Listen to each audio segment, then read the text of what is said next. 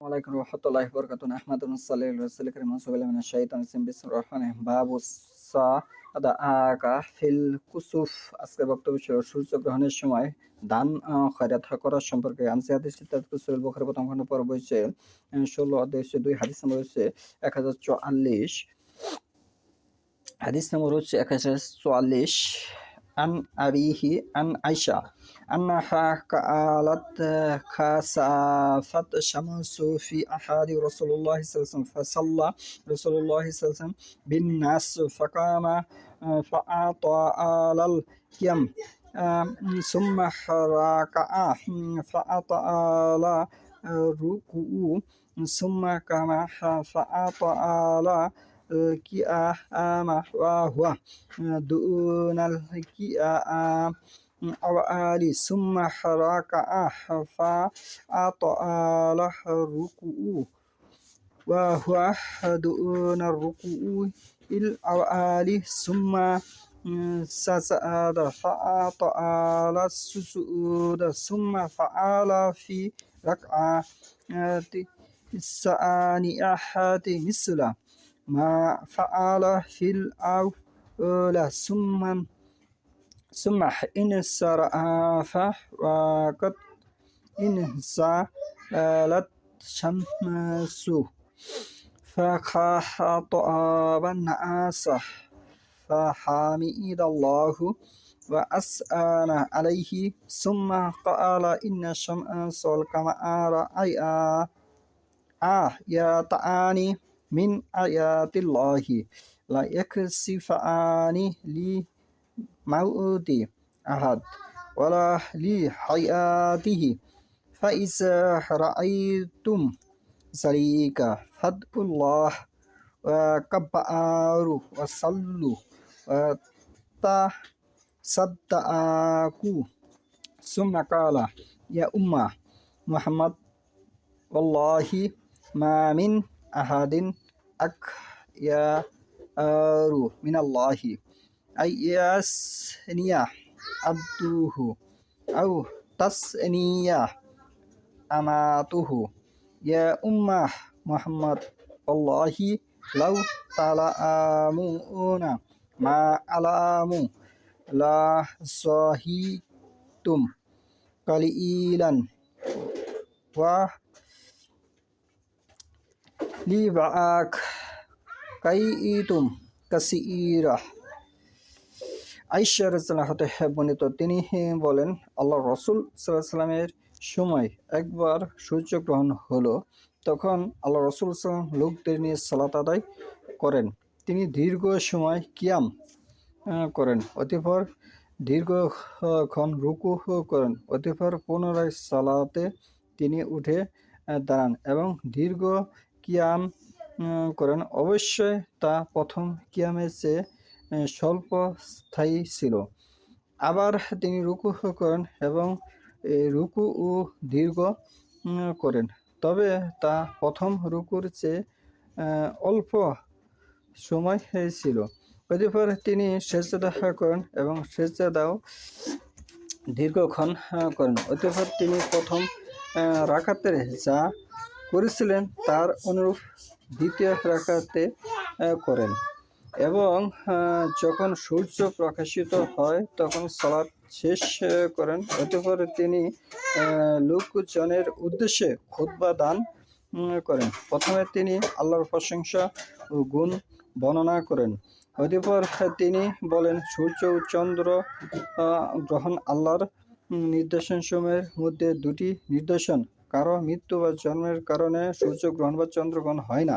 কাজেই যখন তোমরা তা দেখবে তখন তোমরা আল্লাহর নিকট দোয়া করবে, তার মহত্ব ঘোষণা করবে এবং সালাত আদায় করবে, সাদাকা প্রদান করবে। অতঃপর তিনি আরো বললেন, হে উম্মতে মুহাম্মাদি। তিনি আরো কি বললেন? হে উম্মতে মুহাম্মাদি। এখানে যে কথাটি, এটি আপনারা স্মরণ রাখবেন। তিনি আরো বললেন, হে উম্মতে মুহাম্মাদি, আল্লাহর কসম, আল্লাহর কোনো বান্দা জিনা করলে কিংবা কোনো নারী জিনা করলে আল্লাহর চেয়ে অধিক অপছন্দনীয় কেউ নেই।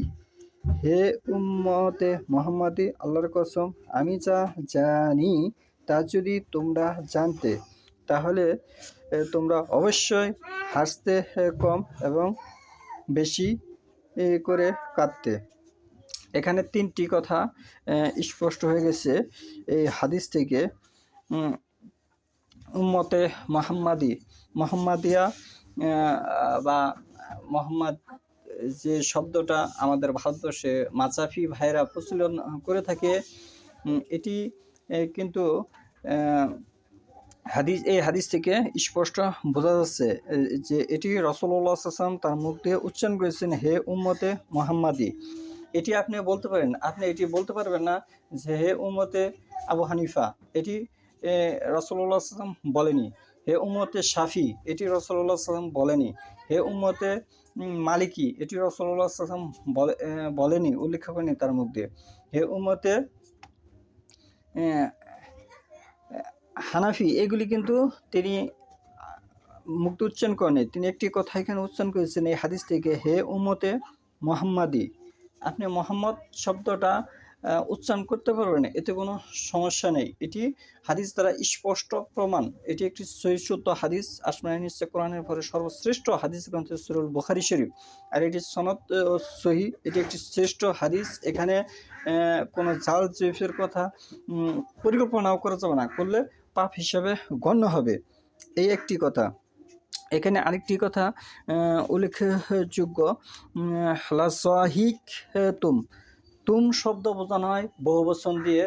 তোমরা কম হাসতে এবং বেশি কাঁদতে। কালিলান শব্দ বোঝানো হয় কমের জন্য। ওলা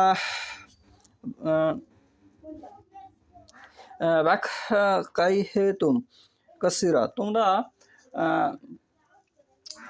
বেশি করে কাঁদতে, কম হাসতে। এই জহিকা শব্দটা হাদিসের ভাষায় বোঝানো হয় হাসা। তাহলে সতের পর এটা জওয়াব স্পষ্ট এই হাদিস থেকে স্পষ্ট বোঝা যাচ্ছে। তাহলে সারা পৃথিবীর মানুষ কিন্তু বলে থাকে সদের পর সেটি দোয়াত ধরে দল্লিন গাইরিল মাকতুবি আলাইহিম দল্লিন সূরা ফাতিহা পাঠ করে থাকে, তার মানে সেটি দোয়াত ধরেছে। আর এই দোয়াতরা সদের পরে হরফ, যেটি জোয়াত হাদিস দ্বারা প্রমাণ হয়, এটি মাযহাবী ভাইরা বেশিরভাগ বলে থাকে সেটি দোয়াত। আসলে বদলের হরফ, তারা অনেকে আবার যুক্তি দেয় বদলের হরফ, এটি বদল করে পড়তে হয়। এটি আসলে বদলের হরফ নয়, বদলের হরফ হচ্ছে বা। তাহলে এখানে আমাদেরকে কিন্তু কানাকে হাইকোর্ট দেখানো হচ্ছে। এখানে দুটি জিনিস বোঝা যাচ্ছে। এখানে কি দুটি জিনিস বোঝা যাচ্ছে। হাদিস নাম্বার 1044। এখানে আপনি যদি কেউ আপনাকে জিজ্ঞেস করে আপনি কোন মাযহাব অনুসরণ করেন, যেহেতু সমাজে এটি একটি প্রচলিত বিষয়, তখন আপনি বলতে পারবেন যে আমি উম্মতে মুহাম্মাদি মাযহাব অনুসরণ করি। এতে মুহাম্মদের নাম এখানে স্পষ্ট বোঝা যাচ্ছে। তাহলে এটি হাদিস দ্বারা দলিল প্রমাণ এবং বিশুদ্ধ একটি রাওয়াত। একটি বিষয়। আরেকটি বিষয় এখান থেকে যে বিষয়টি স্পষ্ট ভাবে দলিল প্রমাণ বহন করে, যে আল্লাহর কসম, ওয়াল্লাহি, আল্লাহর কসম, আল্লাহর কোনো বান্দা জিনা করলে কিংবা কোনো নারী জিনা করলে আল্লাহর যে অধিক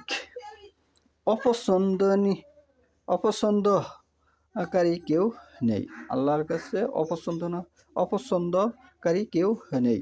হে উম্মতে মুহাম্মাদি। তাহলে এখানে আমরা কিন্তু যদিও কোরআন হাদিসে মাযহাব একটি হবে, আর পৃথিবীতে যত মাযহাব, যত দল বা সংগঠন হয়েছে ইসলামের বিষয়ে, এগুলি বাতিল হিসাবে গণ্য হবে। যেটি মাযহাব একটি, সেটি হচ্ছে কোরআন এবং সুন্নাহ, এর বাহিরে আর কোনো মাযহাব হবে না। সেটি হচ্ছে ওহীর অনুসারী। আর অনুসরণ বা নাম প্রচলন হিসেবে আপনি উম্মতে মুহাম্মাদি, এটি হচ্ছে অতি শুদ্ধ বিশুদ্ধ একটি বক্তব্য। এর বাহিরে যদি কেউ কোনো নাম রেখে থাকে, সেটি ইসলামের সাথে সম্পর্কিত বিষয় বলে গণ্য হবে না। অনেক নাম সমাজে প্রচলিত আছে, যেমন লামা চাফি অনেকে বলে থাকে, অনেকে সালাফি বলে থাকে। এগুলি কোরআন হাদিসে আছে, কিন্তু রাসূলুল্লাহ সাল্লাল্লাহু আলাইহি ওয়াসাল্লাম মুখ থেকে এভাবে প্রমাণিত বোঝা যায় না। এবং অনেকে শাফি বলে থাকে, রফেদানি বলে থাকে। এগুলি কিন্তু কোরআন হাদিস থেকে স্পষ্টভাবে বোঝা যায় না। অনেকে হানাফি, নিজেকে হানাফি পরিচয় দিয়ে থাকে যে আমি হানাফি মাযহাবে অনুসরণ করি, এটি আমাদের মাযহাবে নেই। এটি কিন্তু আসলে ইসলামের সাথে একটি সাংঘর্ষিক বিষয় হয়ে যাবে। তাহলে আমরা এখান থেকে স্পষ্টভাবে যেটি বুঝতে পারলাম, উম্মতে মুহাম্মাদি বলা এটি হাদিস থেকে একটি সাব্যস্ত, এটি দলিল প্রমাণ বিশুদ্ধ। আসমানী নিচে কোরআনের পরে সর্বশ্রেষ্ঠ হাদিস গ্রন্থ সহিহ বুখারী। এটি আমরা বলবান রাখার চেষ্টা করব। কে কি বললো, কে কি করলো সেটি আমাদের জানার বিষয় না। আমাদের জানার বিষয় হচ্ছে রাসূলুল্লাহ সাল্লাল্লাহু আলাইহি ওয়াসাল্লামের আনুগত্য করব, কোরআন হাদিস সুন্নাহর আনুগত্য করব। এটার ভিতরে যা থাকবে সেটি আমরা সমাজে বা নিচে আমল করার চেষ্টা করব। এটি হচ্ছে রাসূলুল্লাহ সাল্লাল্লাহু আলাইহি ওয়াসাল্লামের তরিকা। তাহলে উম্মতি মুহাম্মাদি পরিচয় দেওয়া, এটি হাদিস থেকে আমরা স্পষ্ট দলিল পেলাম। এটি বিশুদ্ধ, এর বাহিরে যা আছে সব বাতিল হিসাবে গণ্য হবে।